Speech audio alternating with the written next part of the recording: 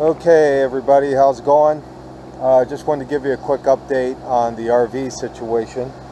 If you last tuned in, you would know that we definitely had an RV situation that I haven't had before. We were driving down the road and it just cut off, and this happened probably a good 6 times. And we pulled over to a rest area in Virginia.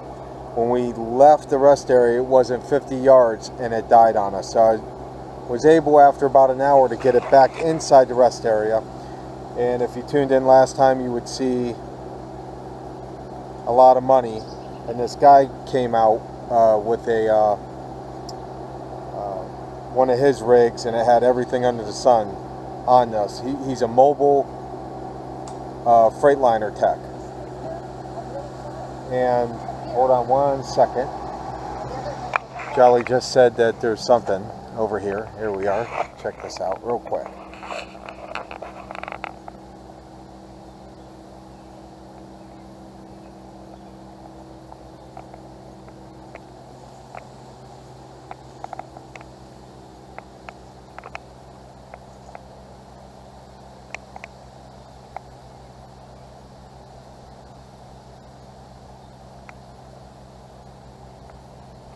Okay, this is why we pick places like this, because you see the wildlife like that. Anyway, after we got, by the way, this is Shenandoah National Park. We're going to be showing you some of this also. Some of the campsites here, very nice place. It has no RV hookups. It has no electric. Water, but it does have dump stations. This is kind of like our campsite we're at now.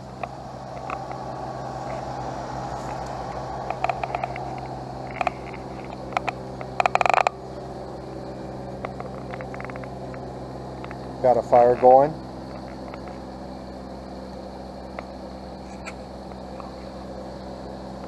Pretty nice place. Anyway, we're going to show you the bathrooms, and we're going to show you around here. That's basically, you know, why we're here, to enjoy nature. And I know we have the generator running now, but it is generator hours, so we're charging up our batteries. Anyway, I did want to show you something else, even though we're giving you an update on an RV. This is what I found underneath the RV.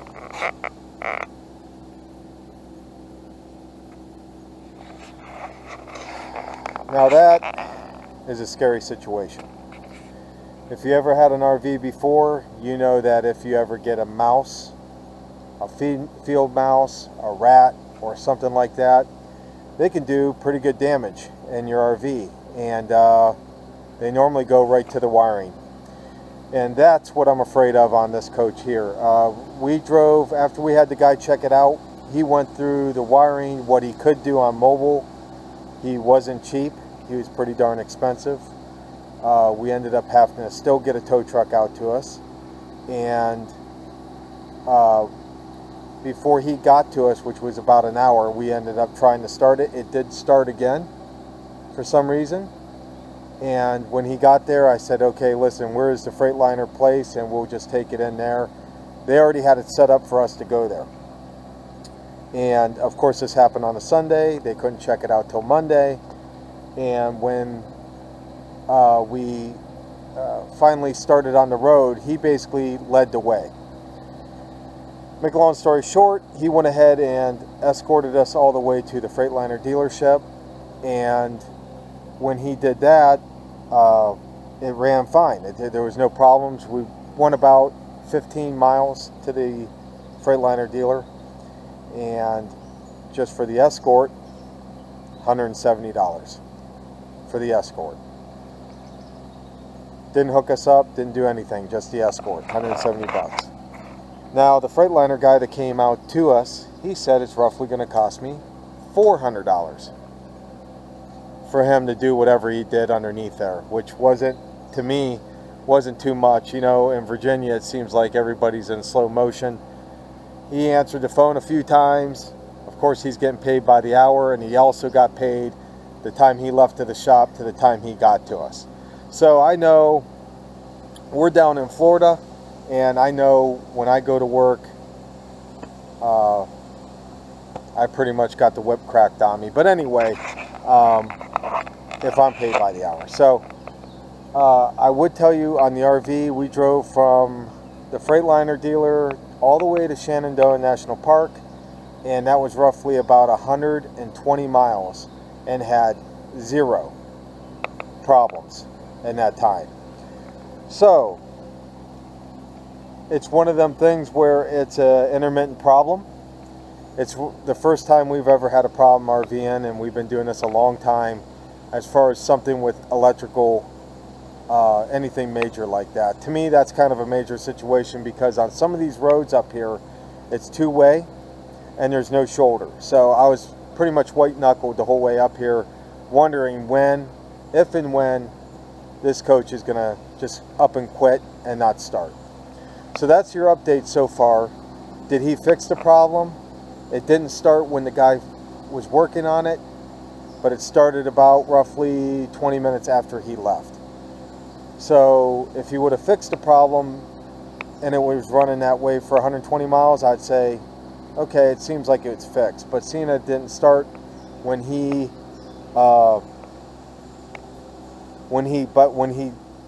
boxed up all of his stuff and left, that's got me a little bit nervous that it's going to do it again. And then especially when I found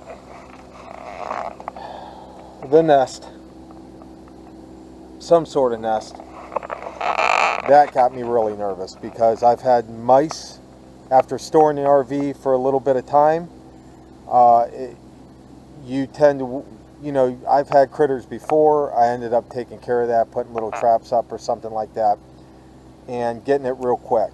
Now, I don't know how long this has been in here. We've, like, you know, we just came here after 5 weekends of the Star Wars weekends at Hollywood Studios in Orlando, Florida at Disney, and we took it every weekend. So, but I haven't taken the chairs out until now. So that's where I found that, in between 2 chairs. Nothing else was chewed up.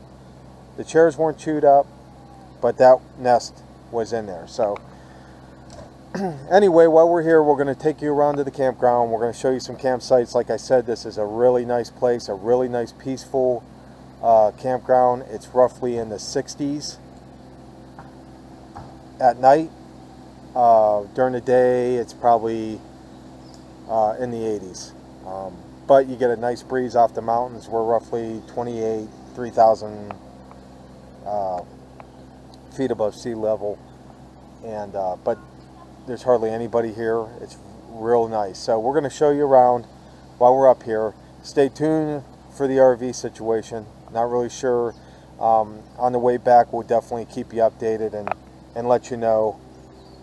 You know, I hate them glitches, because once we get it to Freightliner, if it's working, you know that's hard. If it's not broken, I don't know how they're going to diagnose it. So it probably would have cost me a lot more just for them to go through things, and it's running. So we just took the chance and said to heck with it and took off and tried it.